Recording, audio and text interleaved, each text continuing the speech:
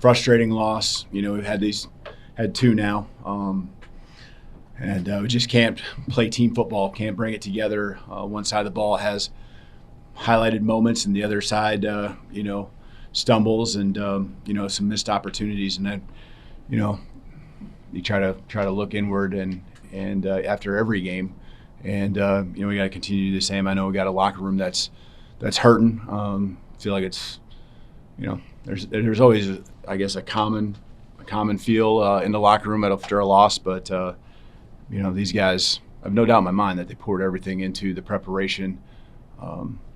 Just frustrated we can't get over the hump.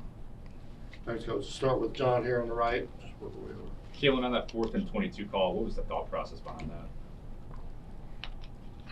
Well, I mean, there's a lot of things that can go, for you. I mean, it's either way, it's going to be a punt, and you're going to get the ball back, if you stop them, and you're going to have a touchdown either way on our end. If we can just hold them to a field goal, you're going to have to get a stop on 3 straight plays, use your 3 timeouts, and so it can go both ways, right? But you're more than likely, if you stop them, going to get the punt back and have to go the length of the field anyway. And so, you're getting yourself one more play, and they did a good job checking in and out of something. It's a chance for us. I know what it looks like when you watch it, but there's a game plan reason, where we would do something where I understand where you're throwing it short to the sticks as well. So, hats off to them. They played it the way they needed to, adjusted, and I couldn't burn a timeout, when we're in that situation, because I knew we needed a 3 for the next play, or for the defensive sequence when we got to that. Nick? Yeah, penalties improved some in the second half, but what do you think is leading to some stumbles? Yeah, it's a little bit of everything. Sorry, it's a little bit of everything, right? It's false starts, just getting off to a rough start there, and then there's a couple more intermixed in there. There's some mental mistakes. It's the two games, right? Earlier in the year and this one, you just can't get over the hump, and it's going to put you in situations where you got your backs to the wall, and we can't kill ourselves like that. There's times where you see like we're locked in, but we got to be better. We got to be better. There's no question. I mean, you can't win a football game when you have mistakes like we had out there and all the penalties. Go ahead, Colin.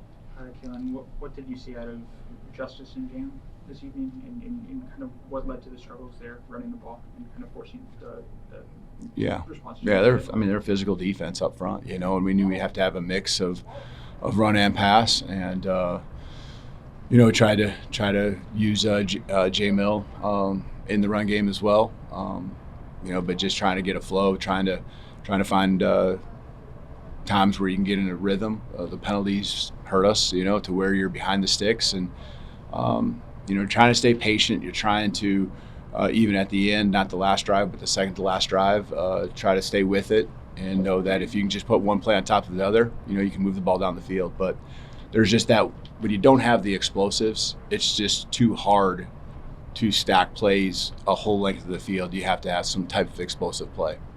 Go to left side, Alex. This is a program that's not accustomed to losing a couple games at this point in the season, players that are not accustomed to it. What's your message to them coming out of something like this that frankly they're just not used to?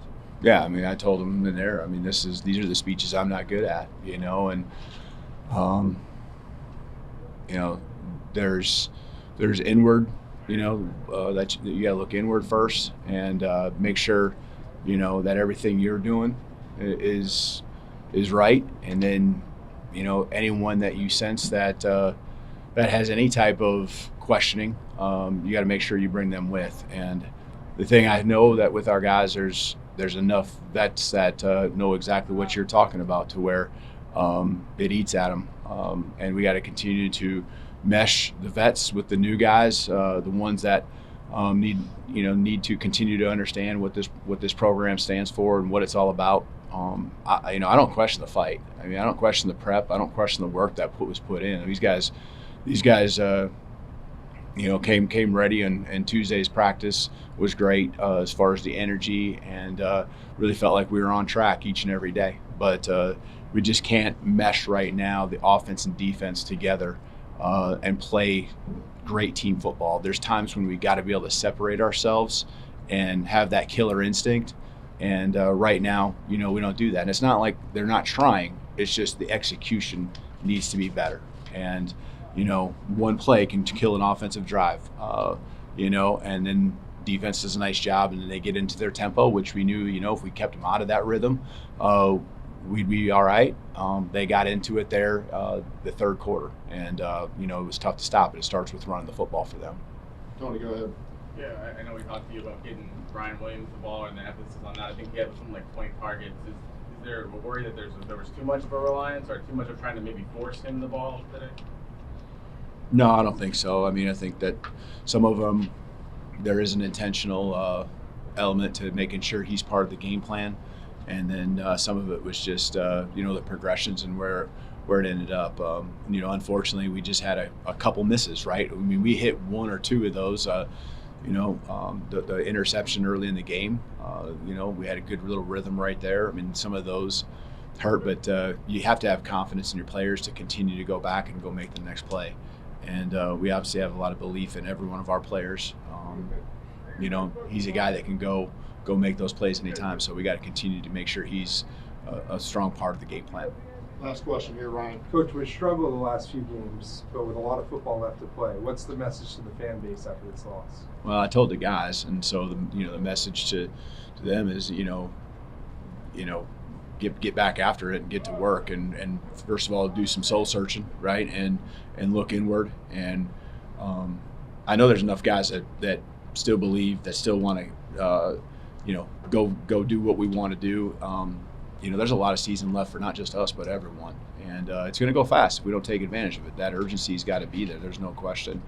And, we get a chance to get back home, but we got to go to work first before we play that game and find a way to take the next big jump.